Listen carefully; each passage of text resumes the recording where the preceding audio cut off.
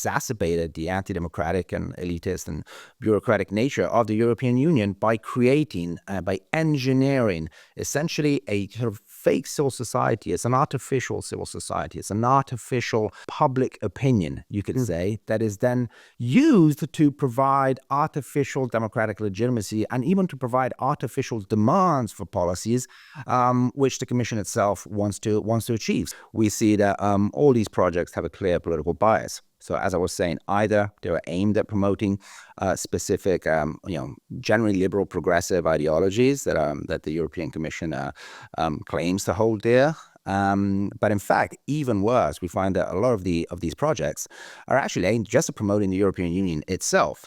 Hello, I'm John O'Brien, Head of Communications with MCC Brussels, and welcome to another edition of Deep Dives. Deep Dives is the podcast series where we take a more in-depth look at the reports produced by the think tank MCC Brussels. Today, I've got an exciting report for you because the EU's propaganda machine, how the EU funds NGOs to promote itself. That unbelievable bombshell report has been released this week, written by Thomas Fazi, the Italian journalist, and I'm delighted to have you joining us here today, Thomas. Hi, John. Well, let's do it. For those who don't have the time to sit down and read this report, or are yet convinced that they need to read it, let's break down the cozy relationship between the European Union and so-called non-governmental organizations and the implications that this has for democracy, civil society, and the future of Europe. To start with, Thomas, the EU claims that its funding of NGOs promotes democracy, but does it create an illusion of public support rather than reflect genuine civic engagement? Right. Well, let's start with a story that most people who are interested in politics have probably heard about, which is the momentous consequences of Trump's decision to freeze the funding of USAID, which is the number one aid organization in the US.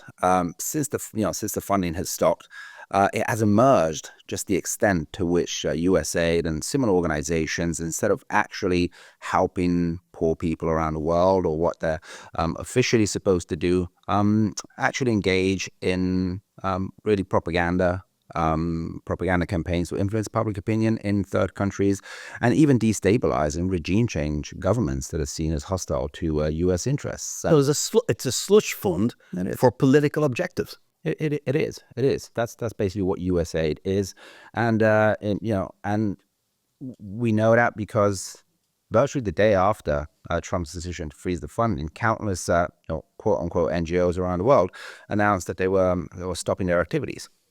Revealing that many of these organizations that purport to be independent and an organic expression of civil society are in fact organic to the U.S. deep state, you could say. And so we should rejoice that the USAID funding has come to a stop, and we should hope that that organization doesn't come back in some other shape or form. But what a lot of people don't realize is that the European Commission has its own equivalent of USAID, which engages in quite similar activities. So in the EU's latest budget, which runs to multi-annual budget, which runs to from 21 to 27, they've introduced a new budgetary chapter, which is dedicated to rights and values. And it has quite a significant budgetary allocation, almost 2 billion euros. So this is not an insignificant amount of money. And it mainly does this through a program called SERVE, which is officially aimed at promoting EU values across the Union. Now, that may sound innocent enough when you look at what the EU's official values are: democracy, human rights, the rule of law. But of course, we know that the European Union systematically undermines all these principles and all these values. In fact, you may argue that the EU itself is an affront to democracy, by the very way it is structured. So it's hard to say that the EU is upholding people don't vote for the Commission. Absolutely. So the entire structure of the European Union is anti-democratic to the core. And in fact, when you go and look at many of the programs that are funded under the guise of promoting EU values, we see that in fact many of these projects are actually aimed at promoting ideologies, political views, and even ways of organizing society that are often at odds with the prevailing sentiment of a lot of people. And so we find a lot of projects aimed at promoting genderism and climatism and multiculturalism, many of the pet projects of the European Union. So break it down for us. How does this propaganda by proxy, as you call it, shape the EU's democratic legitimacy? Are dissenting voices actively suppressed? Or is it just that some groups are more successful in securing funding? Well, I think when you look at the the kind of projects that are funded and the kind of NGOs that get virtually, most, if not all, of the funding, we see that all these projects have a clear political bias. So, as I was saying, either they were aimed at promoting specific, generally liberal, progressive ideologies that the European Commission claims to hold dear. But in fact, even worse, we find that a lot of these projects are actually aimed just at promoting the European Union itself, just at promoting the very idea of supranational integration. And so we find, countless projects that are aimed at showing to citizens the importance of the European Union, the benefits of the European Union, the importance of EU integration, and in fact of the need for even greater integration. And in fact, this becomes even more apparent when you see that virtually all the pro-EU, all the federalist organizations in the European Union get very significant amounts of money from the Commission, essentially to promote, the Commission's own goals. And there's a complete ideological convergence here between the Commission and the NGOs that take this money. And there's nothing wrong in advocating for greater European integration, if that's what you believe in. But I think it's questionable that you do that, taking money from the very organization that you want to give more power to, in this case, the Commission or the European Union, more in general. And so, it's how when you look at this, it's hard really to describe it as anything else but propaganda, or what I call in the report, propaganda by proxy. Does that mean is the EU's relationship with NGOs an example of bureaucratic deep state power where unelected institutions hold more influence than elected officials? Absolutely. I mean, it's pretty clear that so the European Commission decided years ago to sort of involve civil society organizations in the decision-making process as a way of boosting its democratic legitimacy. And this is something Not necessarily a bad thing, right? that in itself is not a bad thing. I think it's important to clarify that not all civil society organizations are bad. Not all NGOs are bad. I would say that, in fact, civil society has a crucial role to play in a healthy democracy, insofar as they're doing what civil society organizations and what NGOs should really do, which is convey the aspirations, even the grievances of, people, of ordinary people or segments of the population, to governments, to those in power. They should be a check on bureaucratic power, on government power, and or at the very least, they should, stand up for the rights of the weakest members of society. It's hard to be a check, though, on government power if your pockets are being lined by that same government. Exactly. So when what a lot of these NGOs and civil society organizations do is, in fact, a complete inversion of what the role of civil society should be. So instead of conveying to governments the aspirations of ordinary people, they're channeling to ordinary people, to civil society, in fact, the ideologies and the political goals of those in power. I mean, this is a literal inversion of what civil society organizations should do. And I think it's questionable whether they should even be considered civil society organizations or even NGOs, when often they're completely organic, really, to the EU machinery and the EU, in this case, propaganda machinery. And just as most people would say that the NGOs that were in some cases fully funded by USAID were not conveying to their local governments the needs of the civil society in those countries. They were conveying the needs and the political goals and objectives of their funder, in this case the U.S. government, or at least USAID. But the same goes for a lot of these NGOs that essentially take EU money to to engage in propaganda. I find it somewhat bizarre, Thomas, that from day one, where our think tank MCC Brussels was founded just over 2 years ago, and from day one when we came, people in the media and in other NGOs were busy pointing fingers saying, where do you get your money from? And we were 100% transparent about it. We get our budget from MCC in Budapest, who don't tell us what to do or what to say, because that's decided here by Frank Ferrati and the team at MCC Brussels. We were very transparent about our funding, but somehow they put a question mark over our legitimacy. These are the same groups who are being paid by the Commission to continue a cycle of propaganda. Not one report until this podcast has been made has reported in Politico, for example, about this funding scandal. Nobody talks about it. There's a whole conspiracy of silence, or not even conspiracy. There's just silence because they're all in it together in being on the take. Is there something fundamentally rotten at the very center of Brussels in which everybody is paid by somebody else and seems to do their bidding? Absolutely. There's a saying that every accusation that comes from mainstream sources, mainstream political parties, mainstream media, is actually a confession. So they often accuse the other side of engaging in what they actually engage in systematically. And so, for example, yes, we constantly hear about how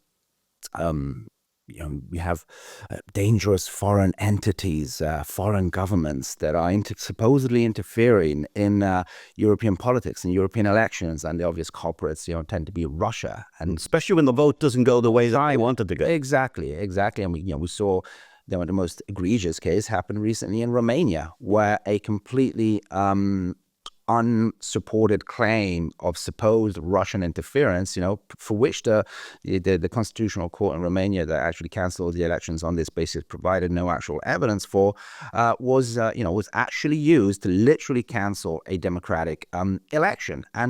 But again, there's no proof of Russian interference in that case, but we do have proof of organizations like USAID and even organizations funded by the Commission actually channeling a lot of money to NGOs in Romania and other countries. And so, in fact, who's doing the foreign interference here? When you look at, a lot of post-Soviet states, it's clear that, I'm not saying that there is no foreign interference from Russia, but we know that the foreign interference from the US is likely to be much, much bigger, and even the EU.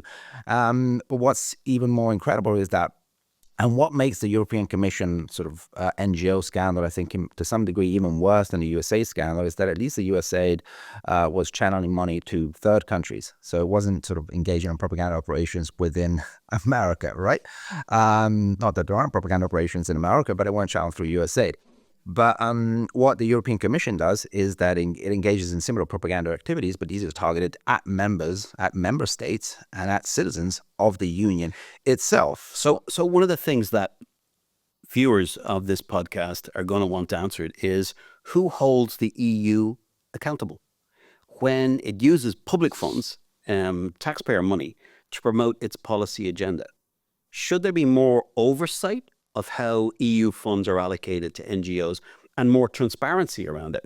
I think with Qatargate, one of the things that I noticed I was, amazed with in my naivety was that when after Qatargate there was a talk of, let's make it more transparent. Let's say where people get their money from. The NGOs lined up one after the other to say, no, let's not do that. Who's going to hold the EU accountable? I think this is the point. I mean, so as I was saying earlier, the European Union decided to engage civil society to provide it with greater democratic legitimacy.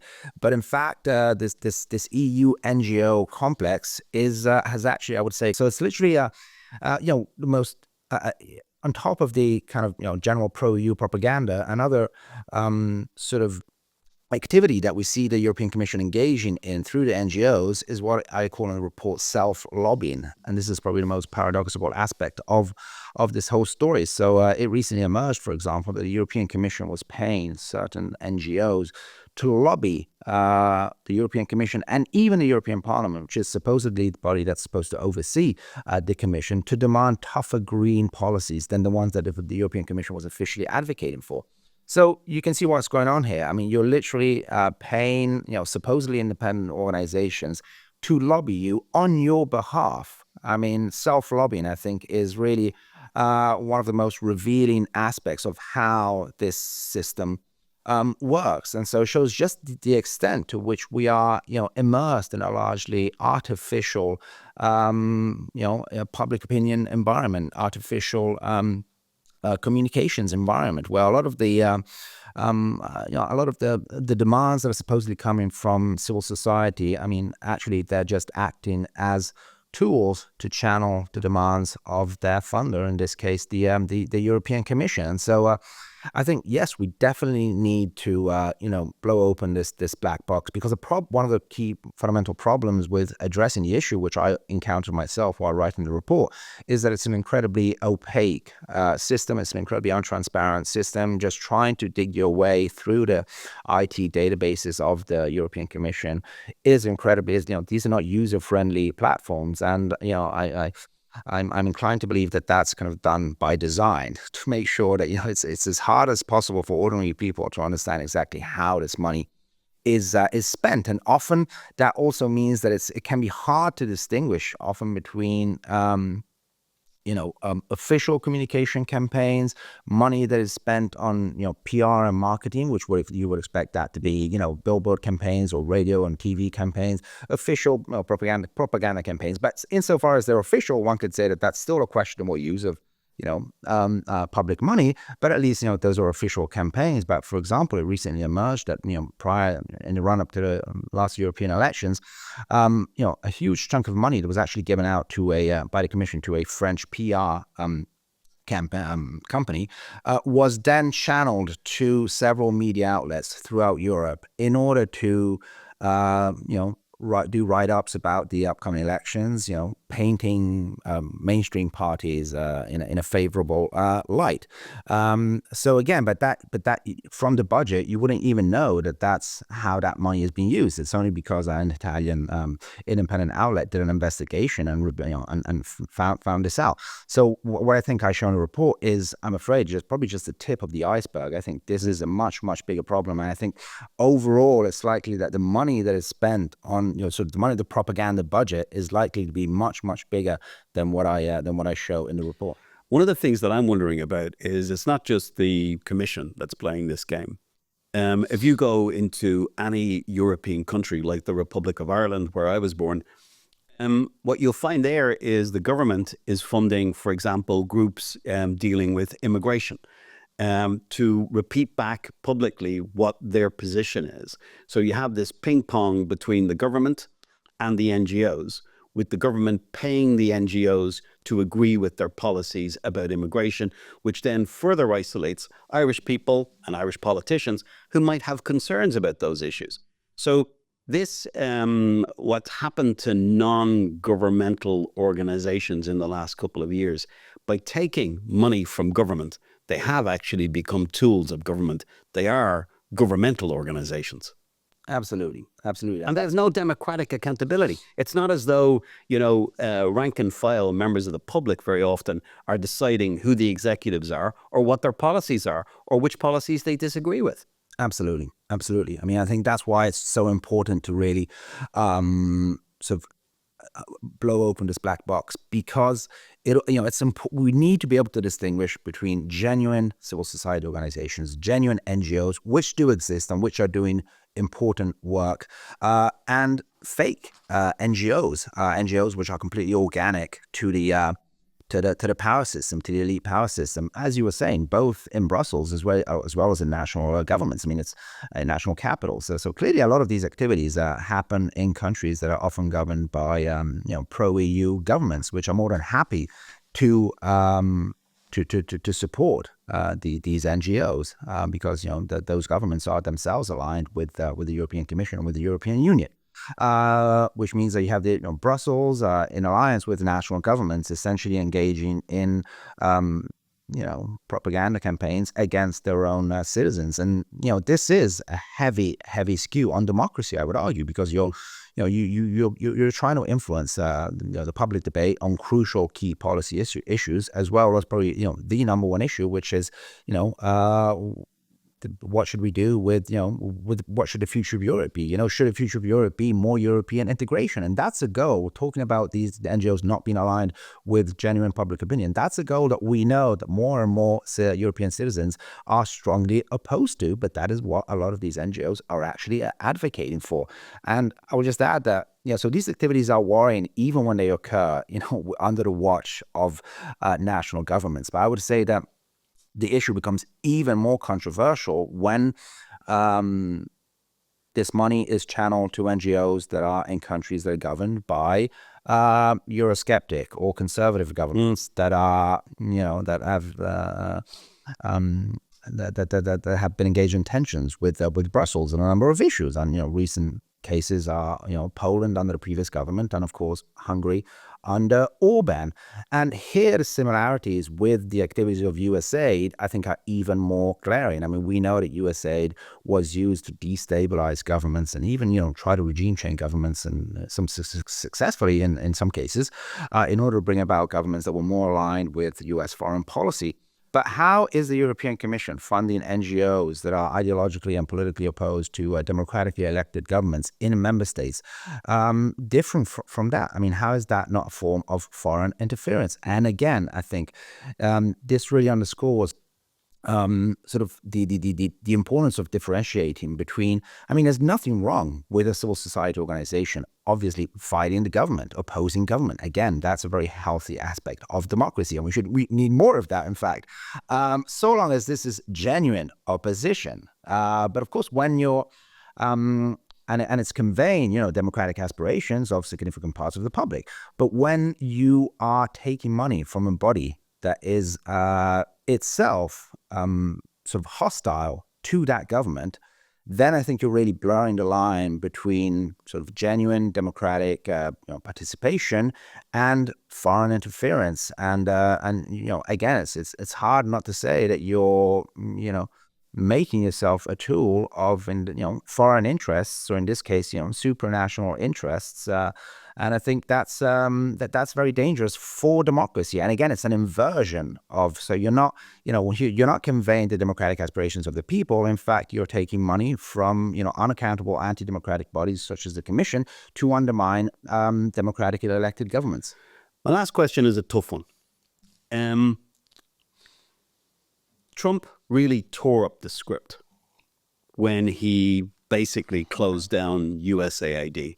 And he closed it down because of some of the waste and political objectives that they were pursuing, as opposed to humanitarian aid. But in tearing up USAID, he also shut down some very important humanitarian projects.